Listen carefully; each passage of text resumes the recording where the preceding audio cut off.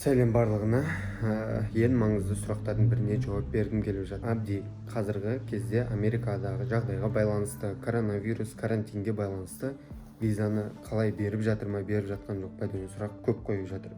Бұл сұраққа жауап беру үшін әрине бір нәрсені ұғыну керек. Ол интервьюға адамдар мынау ұзақ карантиннен кейін август айынан бастап жұмыс жасайды. Нұрсұлтан, Алматы қаласындағы Америка құрама штаттарының елшілік консулдары. Яғни август айында адамдар кіреді, одан кейін менде результат болады и айта бастаймын. Кіруге болады ма, болмайды ма, қалай болып жатыр деген секілді. Бірақ бізде мысалы кейбір адамдар бар, оларда белгілі бір тур пландары бар, мероприятиялар бар, әртүрлі. Ондай кісілердің барлығы август айын результат беріп жатыр ма, беріп жатқан жоқ па, кіріп жатыр интервьюға жазылып. Сол секілді, егер де тур планға үлгергілеріңіз келетін болса, белгілі бір план болатын болса, онда жазылу керек. План жоқ, результатын күтем дейтін болса, онда август айында күту қажет.